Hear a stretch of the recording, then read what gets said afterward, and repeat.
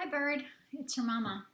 It's March 9th, 2016, and I'm making a video because I'm having a little medical procedure this afternoon, which in theory should be totally fine. They do it every day. But, it's kind of scary sometimes to be made unconscious or feel unconscious. And, I'm a little paranoid about stuff like that. So to be on the safe side, I thought I would make you this for you to have for the long haul. You are currently covered in poison oak and pretty miserable with a cold as well. And you're going to graduate soon, and I'm so proud of you. I'm so proud of you.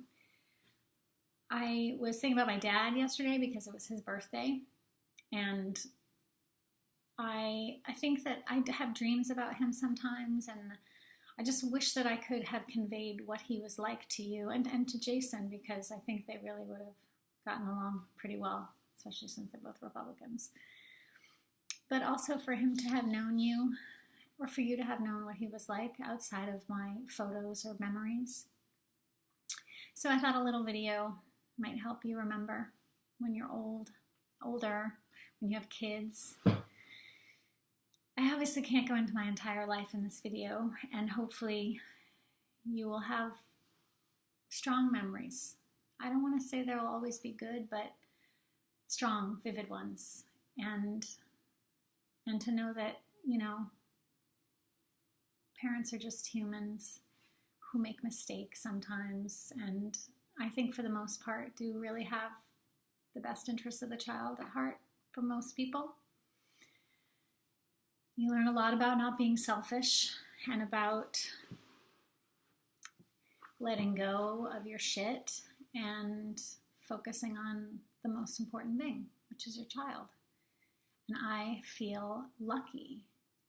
You came out the way that you are, but, we helped you. We just helped shape you. And I think that's the goal of a parent. Not turn you into something that I want you to be or that I wish I had been. That's a tough one for parents, I think. But you're awesome. And I would say that if I wasn't your mom. And I know that that's hard to say because I am your mom, but I feel like I have some level of objectivity somehow. I gave birth to an alien, so technically you are not me anymore. And while I like to think that there are influences I've had, I just think you're such a great person. You're smart and you're kind.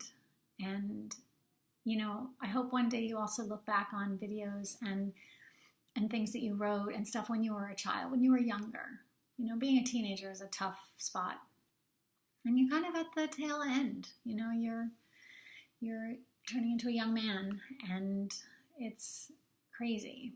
But when you look back at who you were as a child, when you had no inhibition, when you didn't have the complications of friendships and social pressure and maybe a job and then one day kids, all this stuff that comes along with life, if you choose it, I think going back and looking at who you were when you were young is a really good way to stay inspired and to be connected to who you are. I think as adults, we forget. We just keep putting other things as priorities instead of being the person that we want to be. Now, I'm not saying to ignore all of your responsibilities and to, let go of relationships, but just don't lose your spark if you can. Be around people that help you maintain it. Trust people, but, use your common sense and trust your intuition.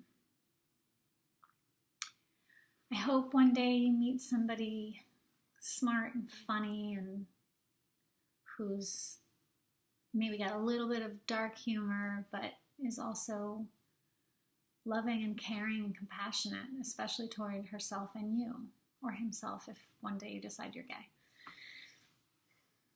And I hope you have little kids running around. And I hope I get to see all that. So I'm going to hang up now so I don't start crying. but I love you, and and I'm always, always with you. Even though right now I'm 3,000 miles apart, and I know it's tough when you can't always articulate what you want and what you need, especially as a child. I'm still there.